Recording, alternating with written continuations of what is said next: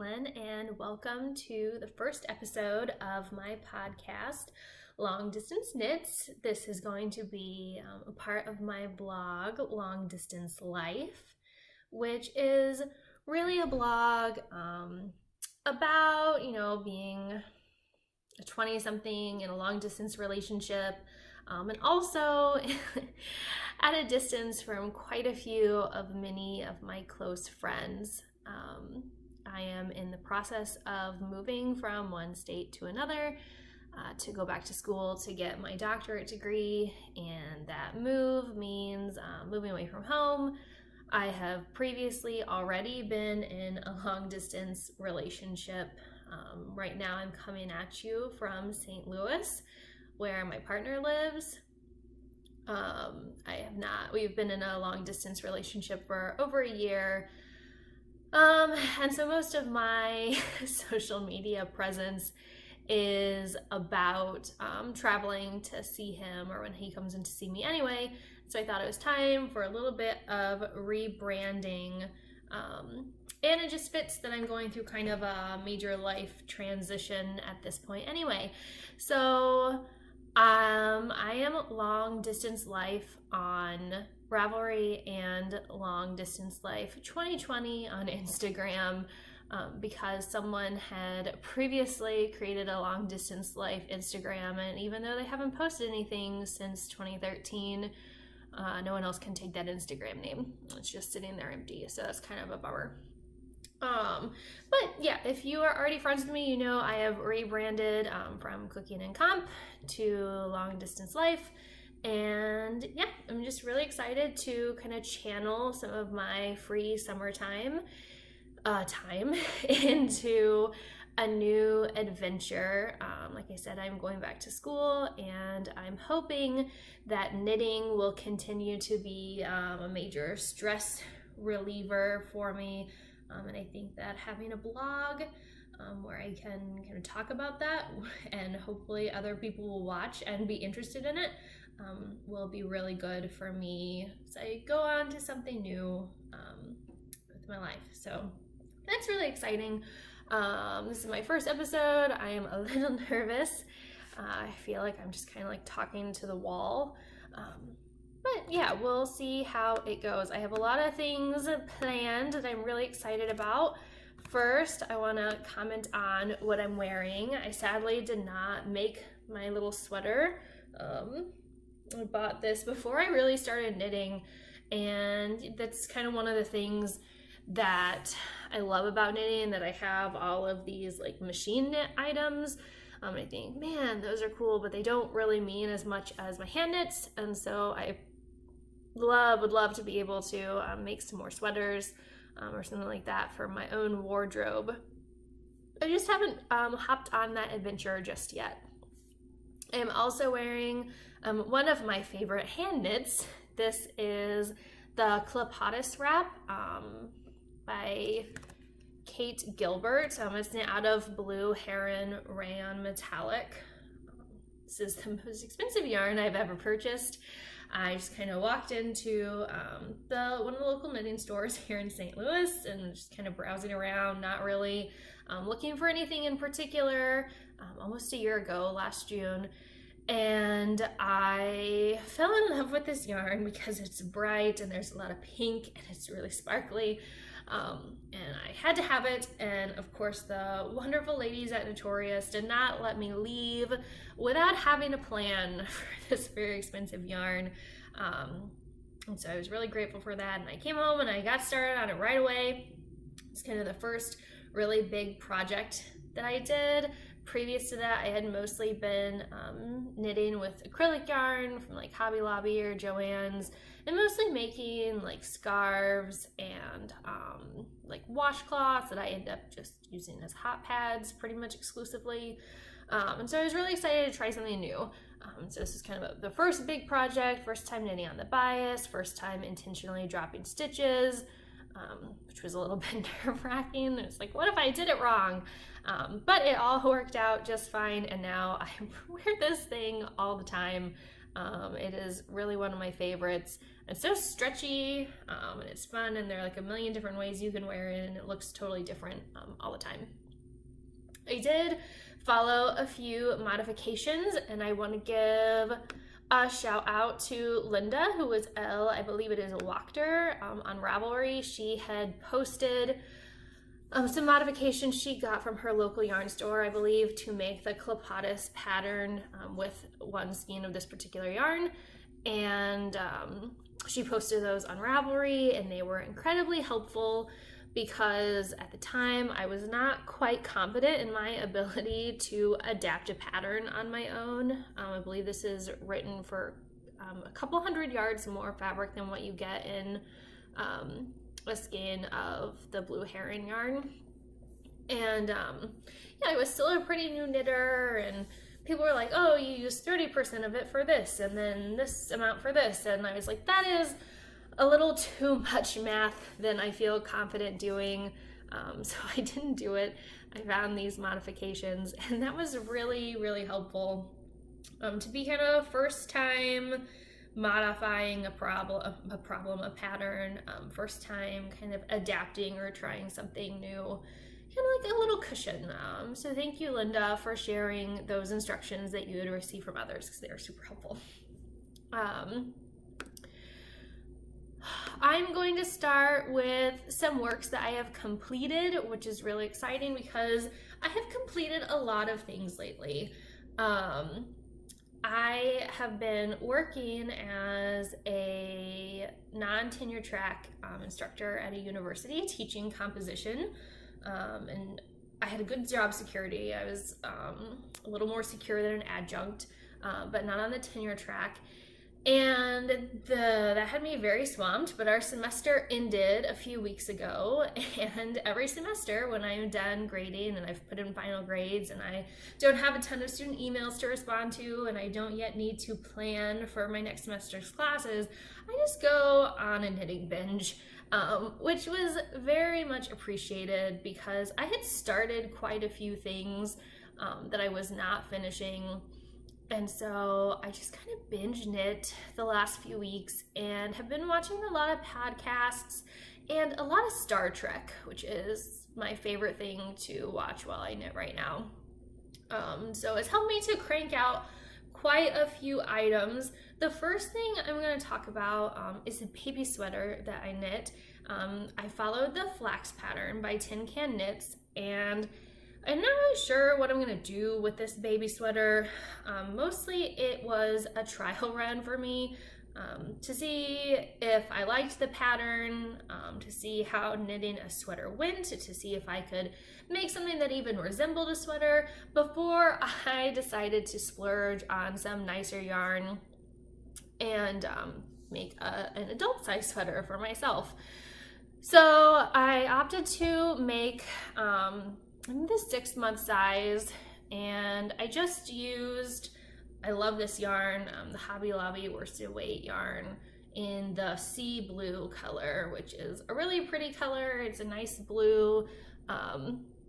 Yeah, I'm not gonna give this sweater to anyone. It is not well done enough to gift to anybody. I don't really want to rip it out. I still have plenty of this yarn. This did not even take the full skein of yarn. As you can see, I haven't woven in the ends, which that might not actually happen. This side doesn't look too bad. You can see there's like a hole a little bit in the underarm. I'm not great at picking up stitches, but I'm practicing on that. This is kind of the pretty side. You have the other side, which I call the back, where you've got bigger holes, and you have this random garter ridge where I did the wrong stitch. And this sleeve, actually, I decreased way too quickly on. I was like, okay, I know how to follow knitting in the round. And it said, like, knit to the last stitch before your marker and decrease. And in my head, that was knit to the last stitch on the needle. And so I decreased like 3 stitches for a couple of rounds before I finally got to the second set of decreases. It's like, you should have this many stitches, and I had fewer than that. when I discovered, oh, I am not actually making this poor sleeve the right way. And so it still looks like a sleeve and it looks just fine, but it is not quite so well done. And the second sleeve is much better, except I started to do the wrong rib on the ribbing. You can't tell too badly, but I started, I think I started to do a 2x2 rib instead of a 1x1, and then switched after I realized it on the first round. So I don't know, I told my mom that I might get a little frame and like hang this up in my office or something, just to keep me inspired. But it was actually it was a pretty quick knit. I feel much more confident in my ability to make a sweater. I'm just really excited. It looks like a sweater. It looks like you could put a child in it, like a little baby, and they'd be able to wear it. So that was really exciting for me. And I feel much better about seeking out some nicer yarn to knit a sweater for myself. Since this was only one thing of yarn from Hobby Lobby, this costs less than like $3.50, I think, which is not bad for a sample knit. And really, I mean, I love this yarn. Is really not that terrible to work with. For an acrylic, it's pretty soft. And if you're using the right needles, it's not like super splitty or anything. I did a couple sections on Xiaogu needles, and they're maybe a little sharp for it, made it a little splitty, but I used my Takumi Clover DPNs on the sleeves, and that worked just fine, which makes sense because most of my other stuff that I've knit with this yarn, I have used Clover needles. I really like those. They're not my main knitting needles, but I do really like them. So that is Flax by Tin Can Knits. My second one I'm really excited about. There are a ton of firsts in this pair of socks that I'm very, very happy to have completed. This is the Socks on a Plane pattern by Laura Linneman, I believe it is. They're free on Ravelry.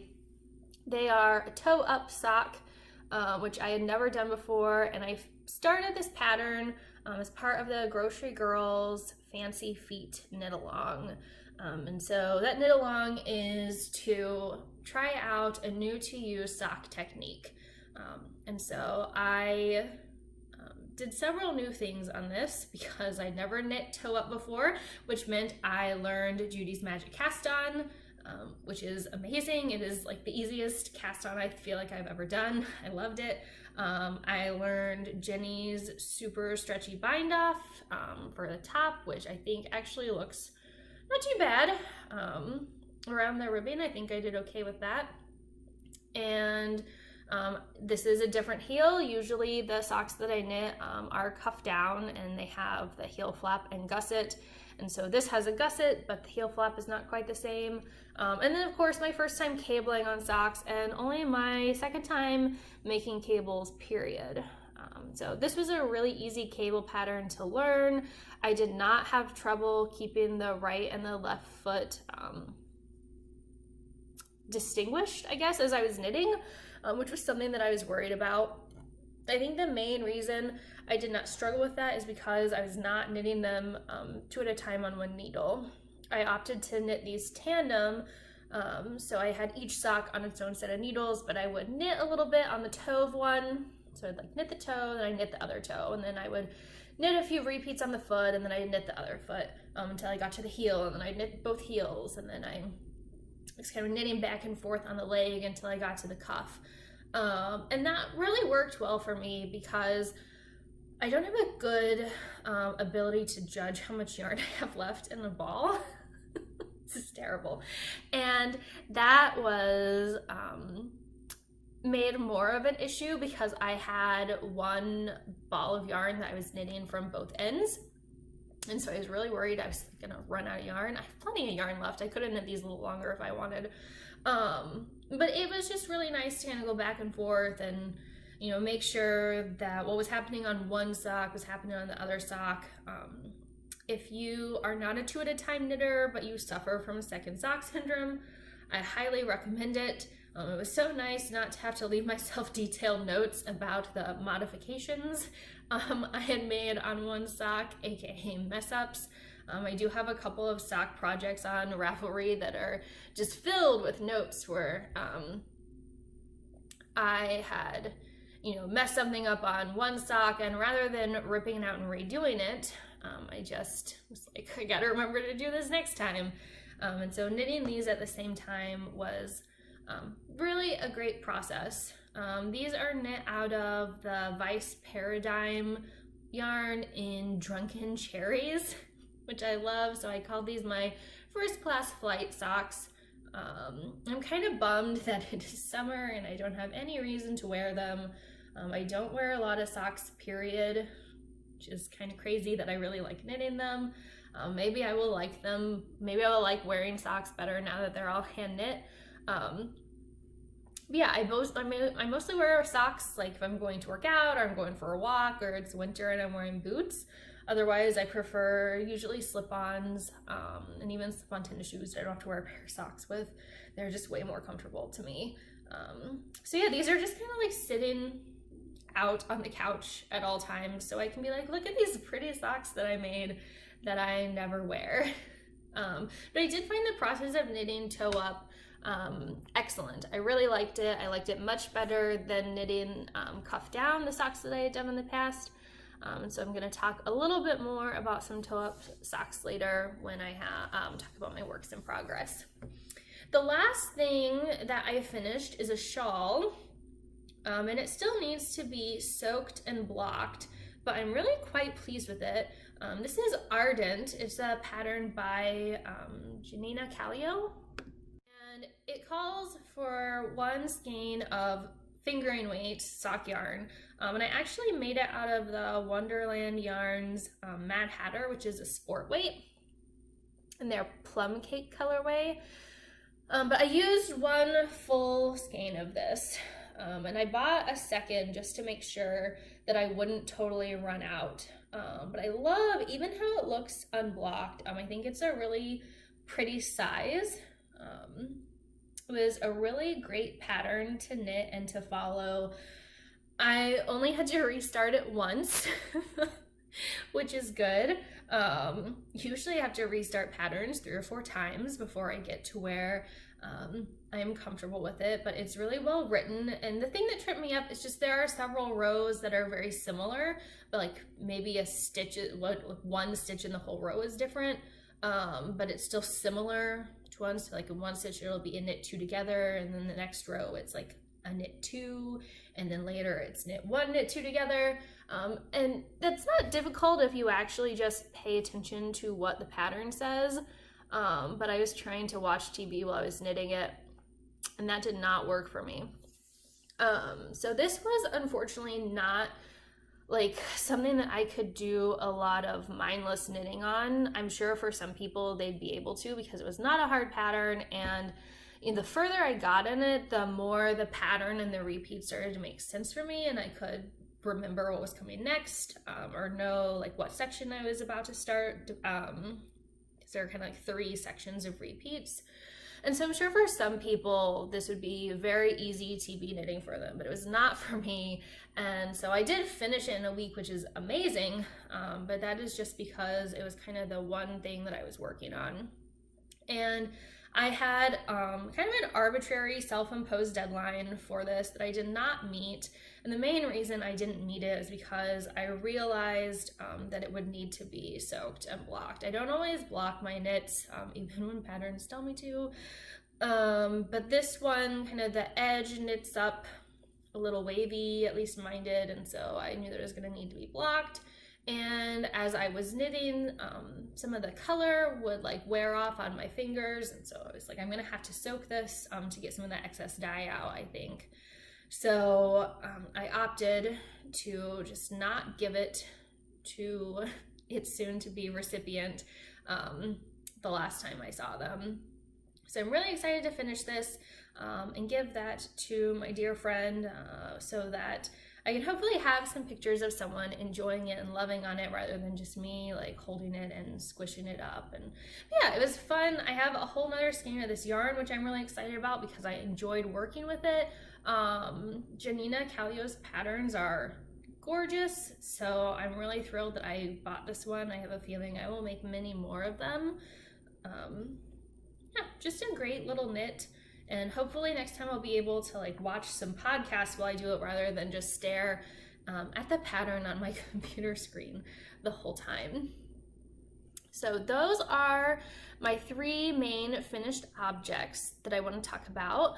I also have a couple works in progress, and I have one other work in progress that I don't have access to because it is at my parents' house in Indiana, which means I couldn't work on this project even if I wanted to, so I don't have to feel guilty about casting new projects on.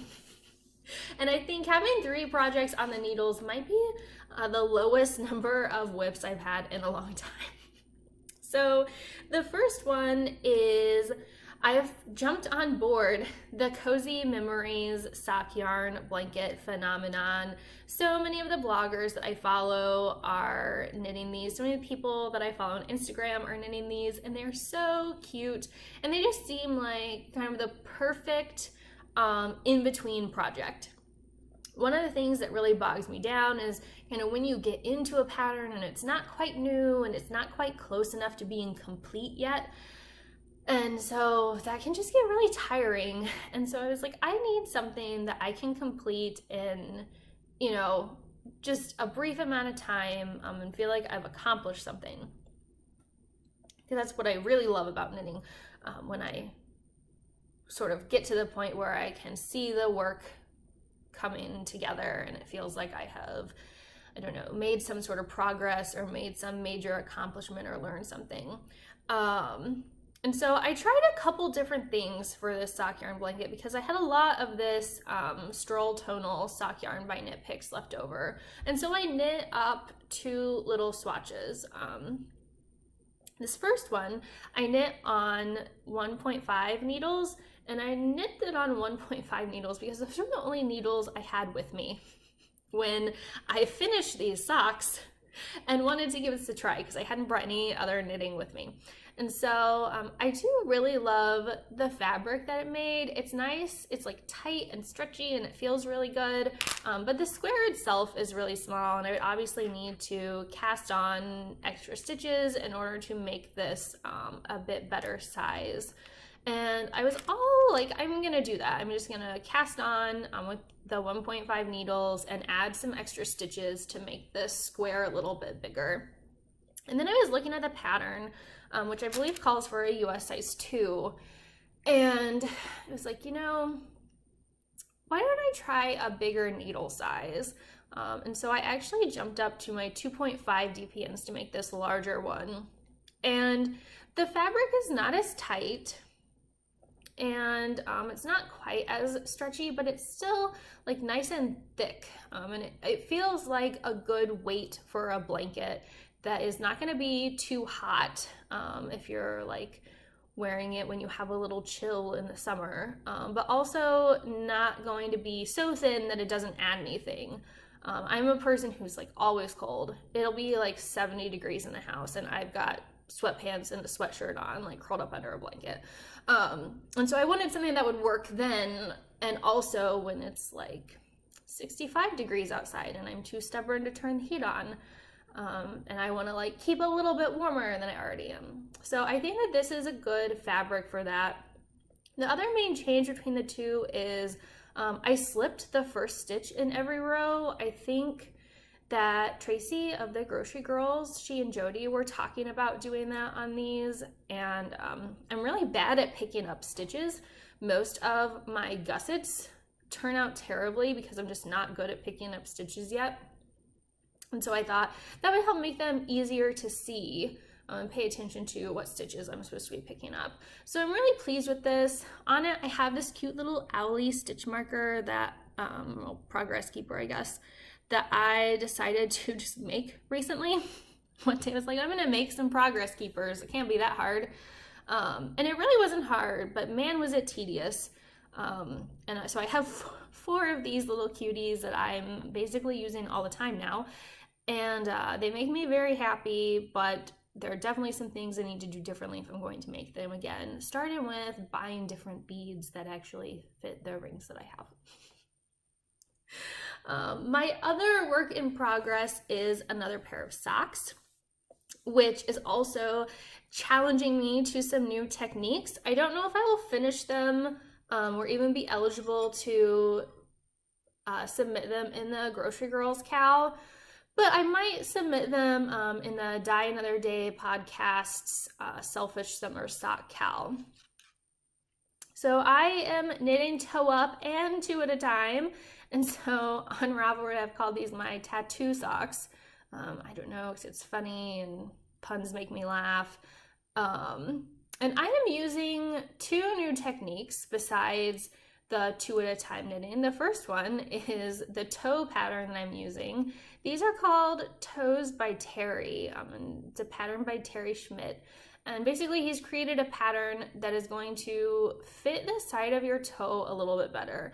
And that is probably, besides holes in the gusset, the number one issue I have with a couple pairs of hand knit socks that I've made in the past, where, I don't know, maybe my feet are shaped weird, maybe there's not the right toes for me. I've tried a couple different ones, but they're just too round, and so they kind of stretch over my pinky toes weird and are a little bit loose over here.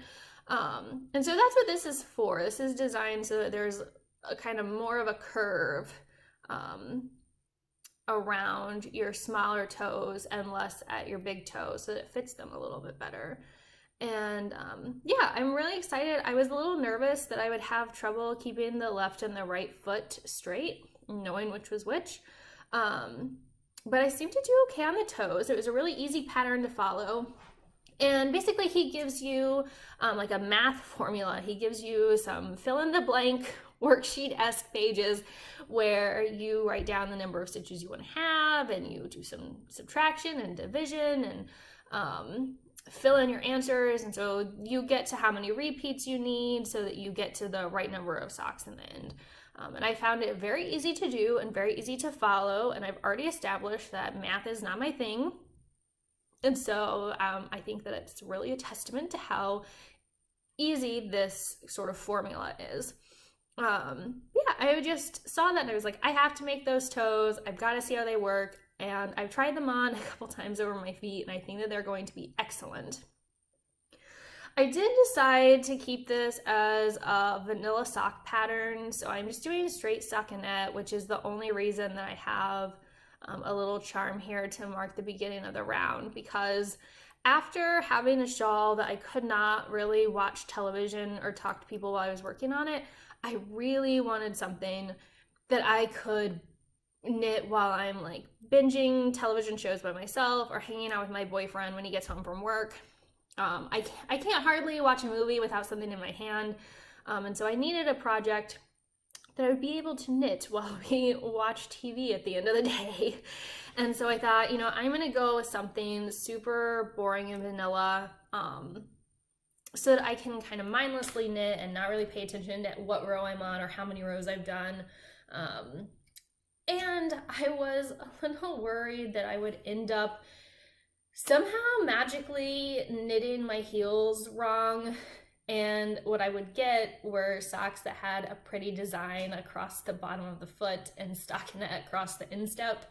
And maybe that's irrational and I would have done just fine, but I just was not prepared to have a project that I might need to rip out after I've knit the heel because I've knit the whole sock wrong. So these are kind of chugging along. I've only knit on them for about a day, so I don't think it's going too poorly. I really like how this yarn's knitting up.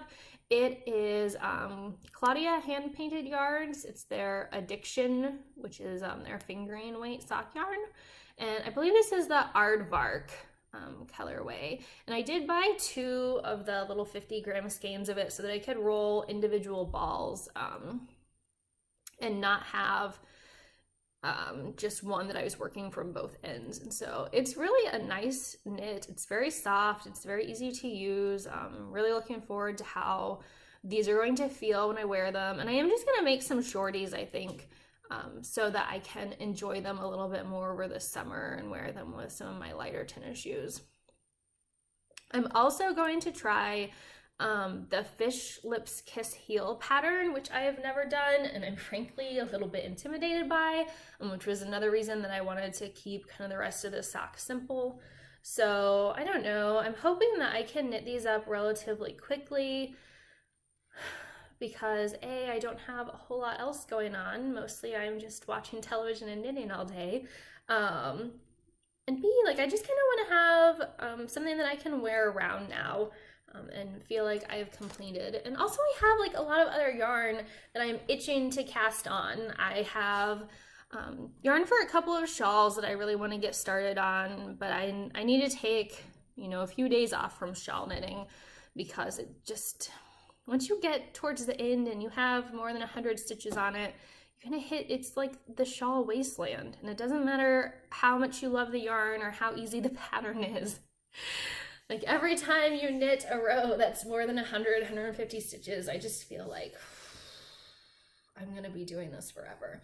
And so I needed a break after knitting the Ardent. As pleasurable as that knit was, I just, gotta take some time away from the shawl knitting. So those are my 3 whips. Hopefully I will come up with a better, like a fun title to call this section. The last section I have has a fun title. I'm calling it On My Radar. And this is really when I'm going to talk about things that I'm just paying attention to, following, listening to, watching. Some of it yarn related, some of it not. Probably most of it will be knitting related, but I have a couple things I'm going to talk about today that are not related to the knitting world. And so the first thing on my radar is podcasts. And I have been watching and listening to several of these. There are just so many fun, excellent knitting podcasts. I feel like you can't possibly watch them all.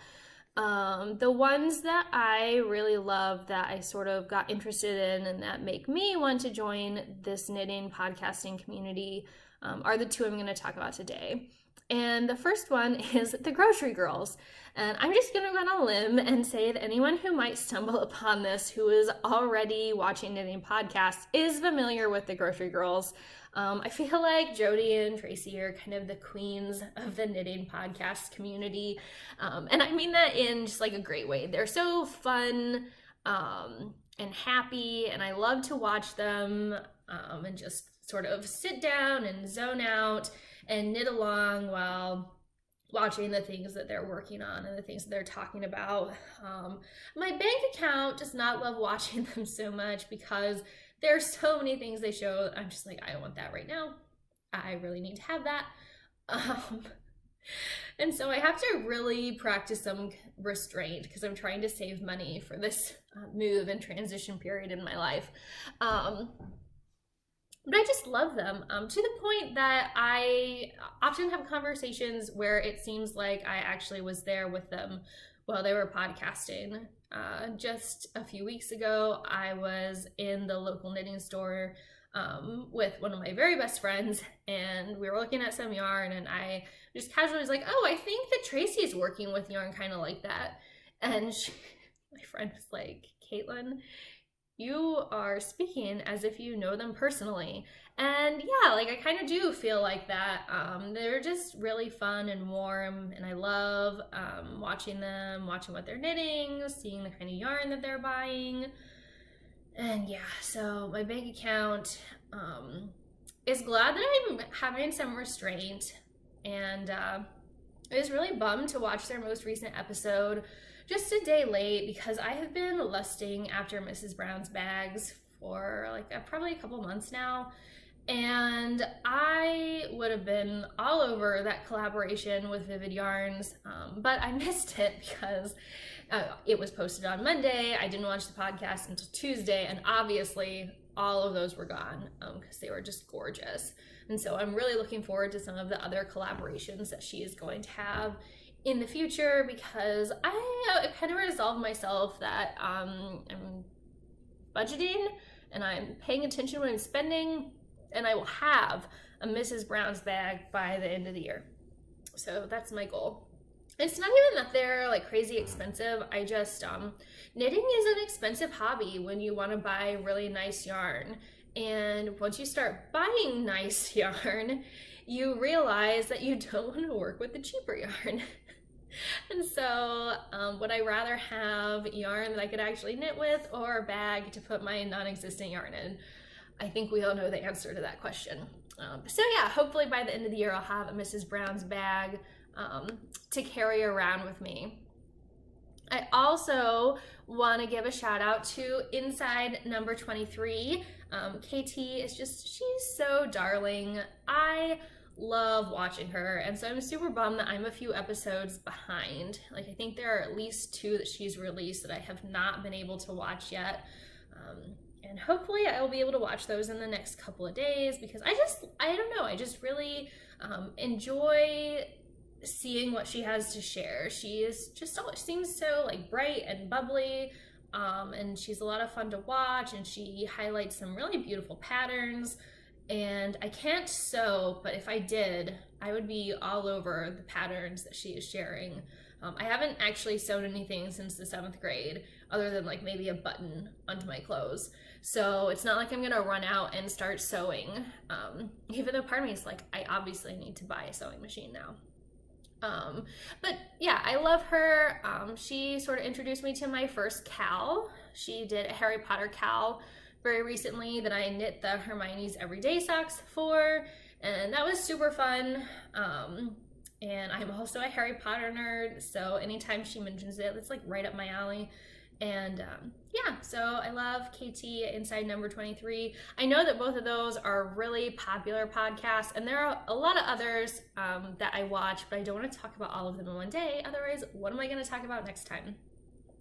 But I also want to highlight a couple of non-knitting and non-video podcasts that I am particularly fond of. Since I do so much traveling in the car, I have a lot of time to listen to things, and I have found that listening to the music is just not good.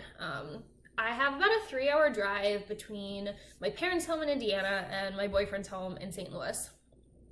And so that's like 6 hours round trip. And as much as I love all of my Pandora stations, and I can like jam out in the car all the time to so many different songs, I love listening to music and singing along. There is just something about being in a car by yourself for that long, which isn't even that long, right? 3 hours is really not that long, where it just gets a little dull to listen to the radio, even if it is radio that doesn't have commercials and has all music of your choosing. And so I lately have been listening to podcasts in the car. And so I'm going to talk about 2 that I really love. The first one is Stuff Mom Never Told You. It has 2 hosts, Kristen and Caroline. And they're so informative and interested, and they just kind of spark like a passion to learn about new things. Since I'm in academia, it's really easy to get kind of stuck in my own studies. And in the past, that has been like things that I'm going to teach my students and what my students are working on, where I find myself like reading articles about my students' research topics. In the future, going back to grad school, that is probably going to be more like reading scholarly articles in my field and like paying attention to homework and articles that I'm assigned for class. And so I feel like I just really want to learn things beyond just stuff in the composition world. And so that's one of the reasons I really love this podcast. It is a feminist podcast, and they have a wide variety of topics, and they're just really fun to listen to. Most recently, I have listened to like a podcast by them on Hillary Clinton that was fantastic. And I really enjoyed it because it was focused more on her as a person and kind of where she began, how she got to where she is, as opposed to like Hillary Clinton as a potential presidential nominee. And so they don't really cover what's happening in the election now or any of her ideas or viewpoints. And they don't really talk about the 2008 election either, or her time as Secretary of State in between. So I learned a lot of stuff about her that I just didn't know. And in my head, I was like, well, Caitlin, you gave a presentation on her in 3rd grade. You should know some of this. But the presentation I gave in 3rd grade obviously is not going to stick with you that long and not be nearly as in depth. And some of what they talk about, happened after I was in 3rd grade, to be perfectly honest, because that was only like year 2, maybe, of Bill Clinton's presidency. So it was very, very interesting, and I really enjoyed that. They also had a couple episodes recently, one about sexual harassment and then one about Anita Hill. And so that was very fascinating to listen to. And I'm really looking forward to finding some time to watch the Confirmation HBO movie. But at a time when I'm in for what is inevitably going to be a very emotional movie watching experience, and lately I have not been in the mood for that, so that's coming. Yeah, really, you should definitely check out Stuff Mom Never Told You. One of the best things about this is they have like huge back catalogs. They've been going for a while, and it looks like they release a couple episodes a week. And so I love that I have so many that I can go back to that I haven't listened to yet, because there's nothing worse than like falling in love with a podcast and then being like, oh my goodness, I'm out of episodes. When does the next one come out? Which brings me to my second podcast I want to talk about, and that is Presidential by Lillian Cunningham at the Washington Post. And I have been listening to this since like her 1st or 2nd week. I feel like I jumped on board really early with this one. Basically, she is covering a former president and sort of their legacy or their influence and impact on like the presidency or the nation, politics in general, each week.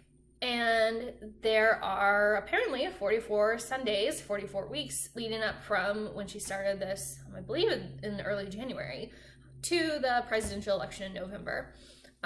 And it is just really fascinating. There are presidents that I don't know very much about that I'm learning about. There are presidents that I know things about, but I'm learning maybe new details. So it's very interesting. And it's just a really good listen to feel like, oh, I'm exploring something that I wouldn't otherwise explore. I mean, I'm interested in history and politics, but on my own, I don't typically seek out information about dead white men. It's just not something that I am prone to do.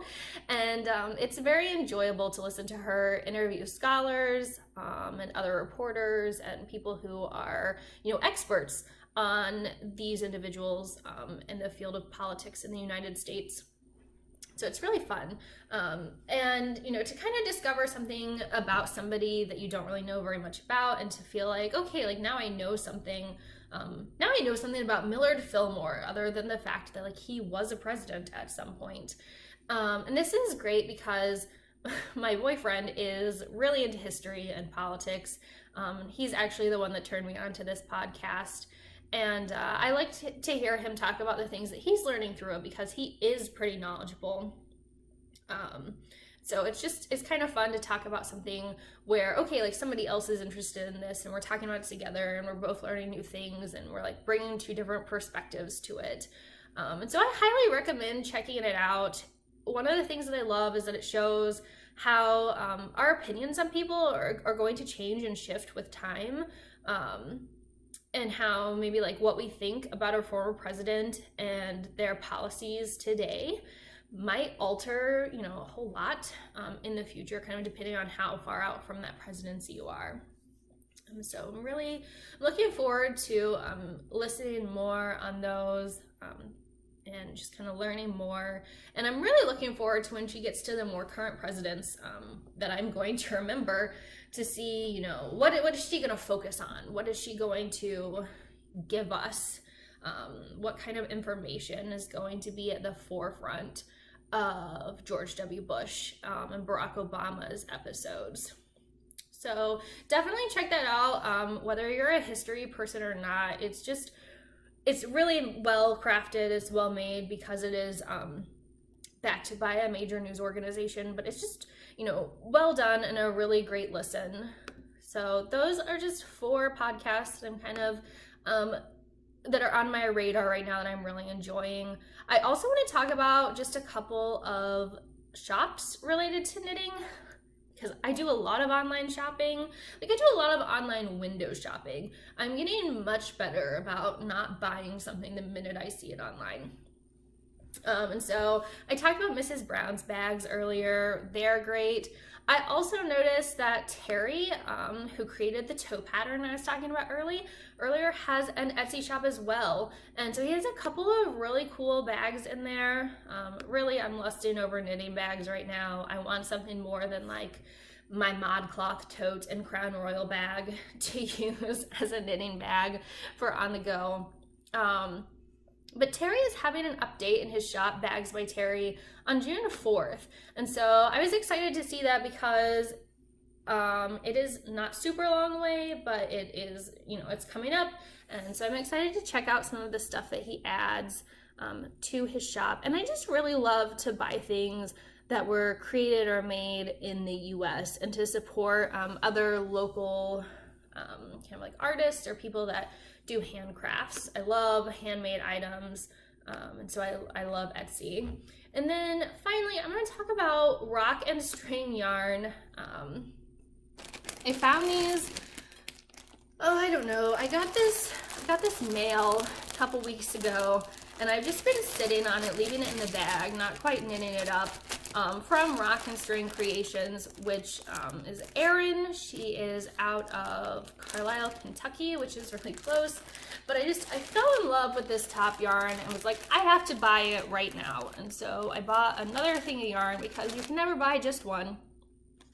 And this came in the mail, and I realized when I opened the package that next time I order yarn, I need to buy 3 because this little area of the plastic is so sad. Did not have any yarn to hold it. So this was kind of my impulse yarn purchase online. The first one I'm going to show you is her Mean Tangerine self-striping sock yarn. It's just so bright and fun and happy, and I saw it and I thought I would love to wear a pair of socks made out of that. And she calls this the Jitterbug fingering. It is 80/20. And like I said, this one is self-striping. It's really soft, and I just have not committed to knitting with it yet. I don't know. I just like looking at it kind of in the skein. And yeah, I need to find like a good sock pattern that's going to look nice in self-striping yarn. I have a few ideas, and then I'll probably give this one a go because it's just so fun and it seems perfect. It's like a good knit for summer, but also like something that if you finish it in the summer, you're going to want to wear. And then there's this one, which is a speckled yarn called Rusty Nail. I mean, it's also the Jitterbug fingering. But I don't know. I saw this on Etsy and I was like, I have to have this. And I can't really even explain why, because like rusty gray colors are not really colors I have in my wardrobe, but lately I've just really been into them. And so you can see it has just some of these nice like burnt reddish browns and some tonal grays. And I was just like, this would make the most gorgeous pair of socks that you could wear all the time. And so I'm not really sure when I'm gonna knit this up or what pattern I'm gonna make with it, but I don't know, I saw this and for some reason it just said like, take me home through the internet, and I had to have it. So I added it to my cart, and then I grabbed Mean Tangerine, and yeah, it shipped to me in just a couple of days, and they're both just so gorgeous and so soft. And I really love the colorways that she has. Erin has posted a few new ones, and so if you check her out on Etsy, I think there's definitely like a little something for everyone. I believe right now she is at like a fiber festival, so she might not have anything on her Etsy shop, but check back soon because it is just, I don't know, I just loved them. I fell in love and they were just They came packaged so sweetly, and I'm very excited to knit with them. And so those are things that are on my radar. And I have just one more thing that I want to talk about, and it is something that I really hope to do with this podcast. Sometimes I feel really like isolated from other knitters. There aren't a lot of knitters that I see in the Midwest. Most of the knitters that I follow online are, out in like Maryland and Connecticut and Pennsylvania, like they're far away, or they're in Canada. And I'm getting ready to move away from my like number one knitting friend. And so I would really love to get something going where I could talk on my podcast with other knitters. And so maybe if you're a podcaster yourself, or you're someone who just really likes to knit and maybe would want to talk about knitting and maybe do some knitting via like Skype or something with another knitter, make a new knitting friend, like long distance pen pals. I'm really interested in getting that going, and I haven't spent a lot of time figuring out how that's going to work, but I kind of envision having a segment on my episodes where I can just pop in like a video I've recorded with somebody else where we knit and we talk about knitting, what's going on, to kind of highlight what other people are doing, because I recognize that I am not like the coolest knitter. I love to knit and I think that it's fun. But I'm not like a mind-blowing knitter, and so I would love just to have the opportunity to feature some other people who are doing cool things, or maybe dyeing their own yarn, or like starting their own shop or whatever, or even just someone who's like, hey, I want to talk to somebody else who knits, because I also don't have a lot of friends who knit. So if that is something that you're interested in, give me a shout out, like message me on Ravelry or Instagram, or leave me a comment. Hit me up in some way so that we could try to find a way that we can film some knitting together, because I think that that would be super fun.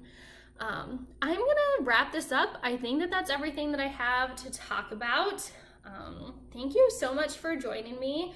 And if you want to get like a little peek into some other parts of my long distance life, you can do that on Instagram. Thanks, and I'll see you next time. Bye-bye.